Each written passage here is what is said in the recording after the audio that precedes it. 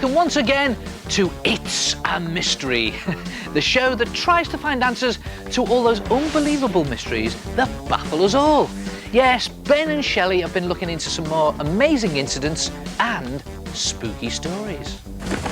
We reveal what unexpected set of events led up to a woman's emergency dash to hospital. And it's a mystery why someone would need more than their fair share of these things. Lucky Charms. And we tell the story of a special relationship between a dog and a parrot that lasted literally forever.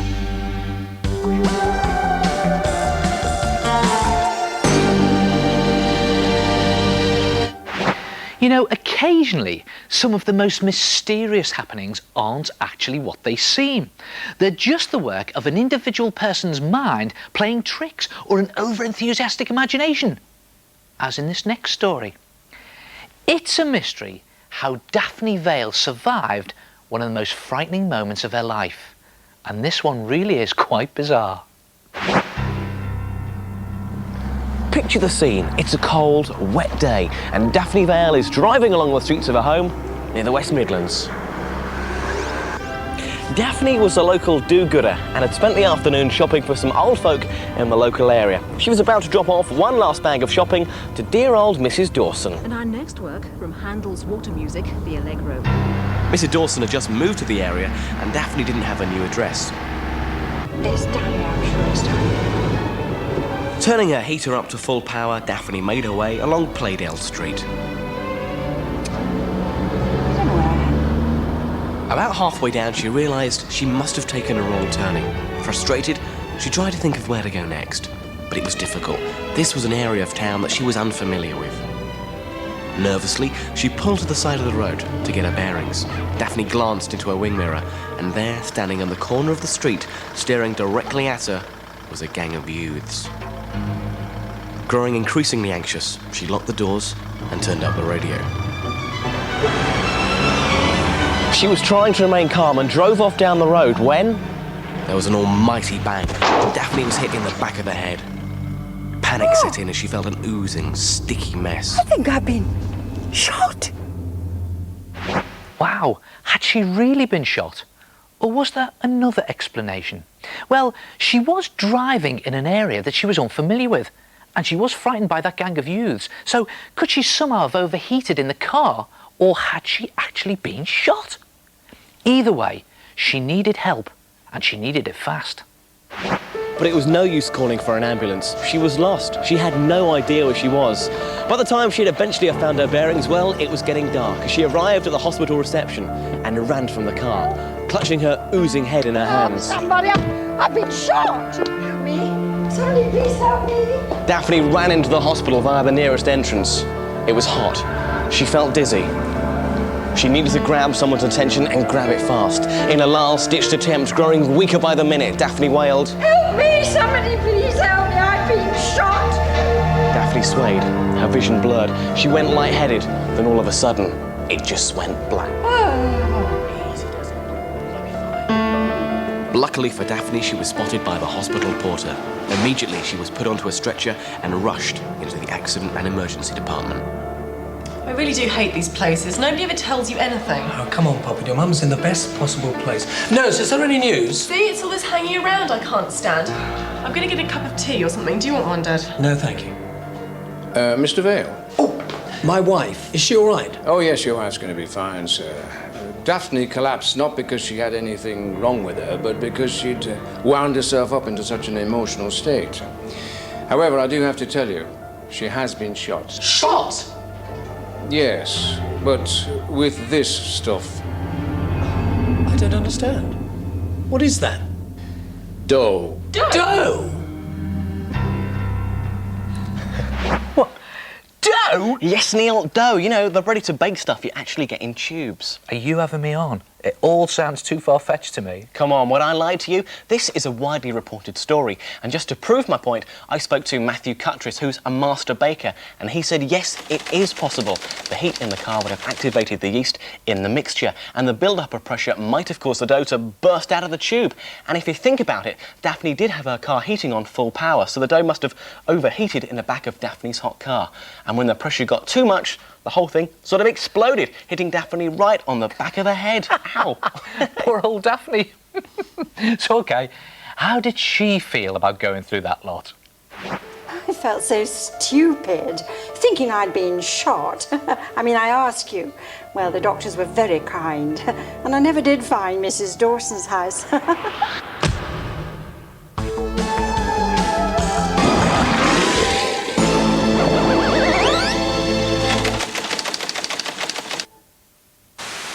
Hello, my name's Vari Kent. Something very weird happened to me in Richmond Park, London. I was driving along when there was a strange noise coming from the boot of my car. I pulled into the side of the road and got out to investigate. Just then I heard a whooshing sound from the sky. Before I had a chance to look up, something fell from above me and hit me there on the head. So what could have hit her? Well, Mrs. Kent was in the middle of a park, so it's not as if something could have dropped out of a high window, is it? Could it be something to do with the car breaking down? I looked down and in my arms was a duck. The poor thing was so unwell that it had fallen out of the sky and landed on my head. To make things worse, a policeman had spotted me. Instead of asking me if I was all right, he told me to put the duck down or I would be arrested for poaching. Later, I had to go to the hospital for treatment. When I explained to the hospital staff what had happened, they all fell about laughing. But this wasn't just a laughing matter caused by pure and simple bad luck. And believe it or not, neither was it an isolated incident. Just listen to this. Not long ago, a heron dropped an enormous pike through my sunroof window. A goat got into my car and started eating my papers. And a squirrel fell out of a tree and hit me on the head. Weird accidents happen to me so often that I'm well known at the hospital now. Now just hold on. A duck fell on her head. A heron dropped a large vicious fish through her sunroof. A goat got into her car and ate all the papers. And a squirrel fell on her head. Can you imagine all that lot happening to you? Well, Mrs. Kent's run of bad luck is so notorious that her story has actually appeared in several newspapers. So what could be the explanation behind the bad fortune that hounds her? I am convinced that the reason behind all these weird experiences is that I have too much psychic electricity. This special energy disturbs the natural balance of things, and that is the reason why all these accidents happen to me. Well, there are those who believe in a force called psychic electricity, and some people think it can disrupt things if a person has too much. But it is extremely rare to find someone who has had as many accidents as Vari Kent. What do you think? Too much psychic electricity? Coincidence? Or is Mrs. Kent just plain unlucky?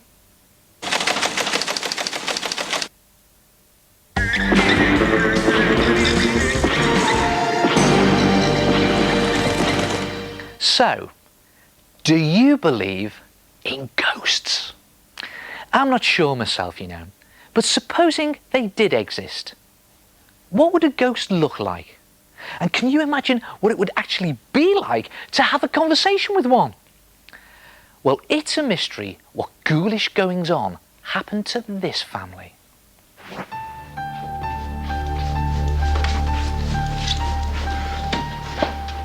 Picture the scene. Simon Eastwell woke up buzzing with excitement. Today is a special day. It's his birthday.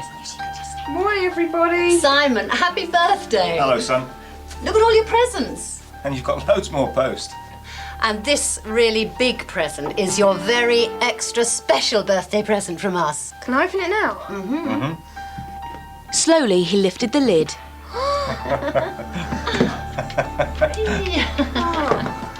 What do you think you'll call her? I quite like the name Sue. Are you sure? She looks like a Sue. Well, if you really think so. So, Suddenly, there was a commotion coming from the corner of the room. They were stunned. The voice came from the family's pet parrot, Jojo, who had never been known to utter a word in her life. Interesting. A silent parrot starts chattering 10 to the dozen. So, okay, what's going on? Had it been going to secret squawk lessons? Had it simply lost its voice up until now? Or could it be something to do with the arrival of the new dog? What do you reckon? Well, the story takes on a rather bizarre twist. Jojo and Sue became firm friends. Sue always stayed close to the perch so that Jojo could keep an eye on her. But one day, a very peculiar thing happened. Is it clean? I should jolly well hope so. Mrs. Eastwell had gradually got used to Jojo's chattering, but nothing had prepared her for what was about to happen. What's the matter, Sue? To Kath's amazement, the dog seemed to respond. What's that? They seemed to be talking. The next evening, Simon returned home from football practice to find that his mum was in a terrible state. Simon, I've got some really bad news for you. What's the matter? Just come and sit down. What is it?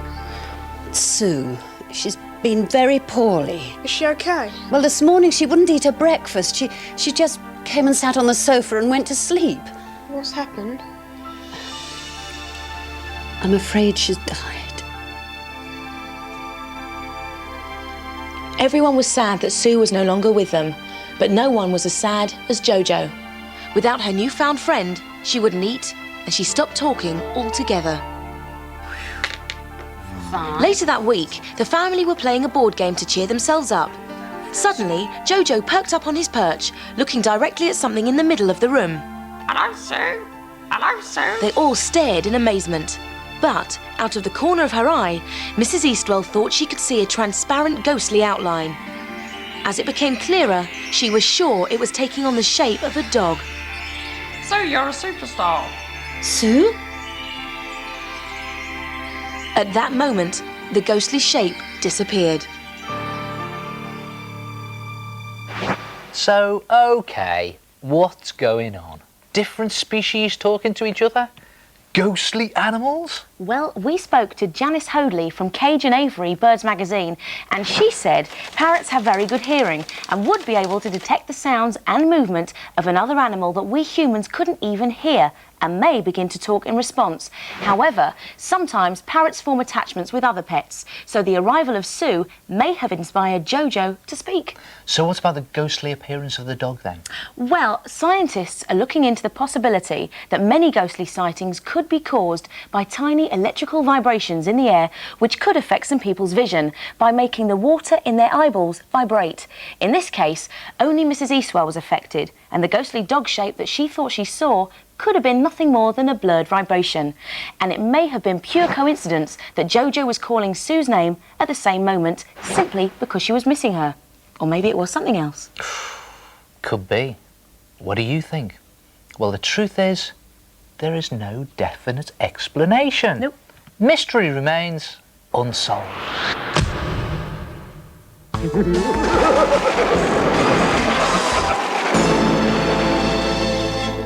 So, there you have it. We've taken a look at some seriously strange stuff. And you know what?